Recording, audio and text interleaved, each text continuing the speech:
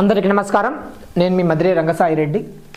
ఇటీవల ఆంధ్రప్రదేశ్లో వైసీపీకి సంబంధించిన లేకపోతే వైసీపీ ఏదైతే మీడియా ఉందో సాక్షికి సంబంధించిన ఏ సంఘటనలు జరిగినా కూడా జగన్మోహన్ రెడ్డి గారితో పాటు భారతి గారి పై కూడా ఆరోపణలు రకరకాల స్టేట్మెంట్లు వస్తున్నాయి.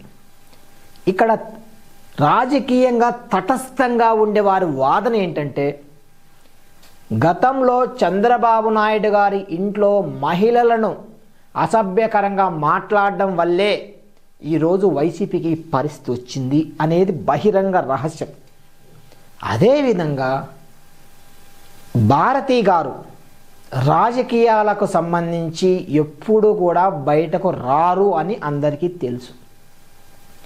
ఏదో 2019, 2024 ఎన్నికలకు ముందు పులివెందులలో వైసీపీ కండువా కప్పుకోకుండానే తన భర్త అలాగే మాజీ ముఖ్యమంత్రి జగన్మోహన్ రెడ్డి గారికి ఓటేయాలని చెప్పేసి ప్రచారం చేశారు. తప్పు లేదు.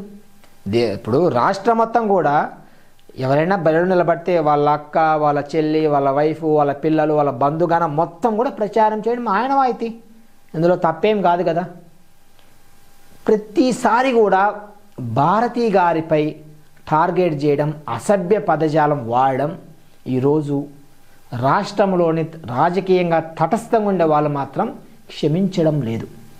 దీనిపైన ఒక చర్చ నడుస్తుంది. ఇది రాబోయే కాలంలో కూటమికి శాపంలాగా మారే అవకాశం లేకపోలేదు.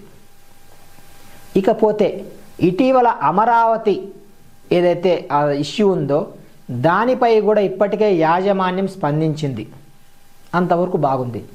భారతి గారు బహిరంగంగా బయటకు వచ్చి క్షమాపణలు చెప్పాలి.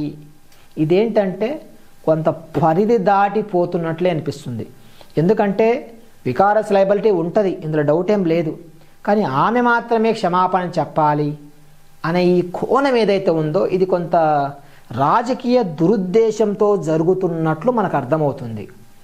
ఇటీవల మనం చూసాం, ఆంధ్రప్రదేశ్ కాంగ్రెస్ పార్టీ చీఫ్ అలాగే జగన్మోహన్ రెడ్డి గారి చెల్లి గారైనటువంటి షర్మిల గారు కూడా వదిన అని సంబోధిస్తూ భారతి గారిని రకరకాల విమర్శలు, వివేకానంద రెడ్డి కేసు ఇవన్నీ కూడా.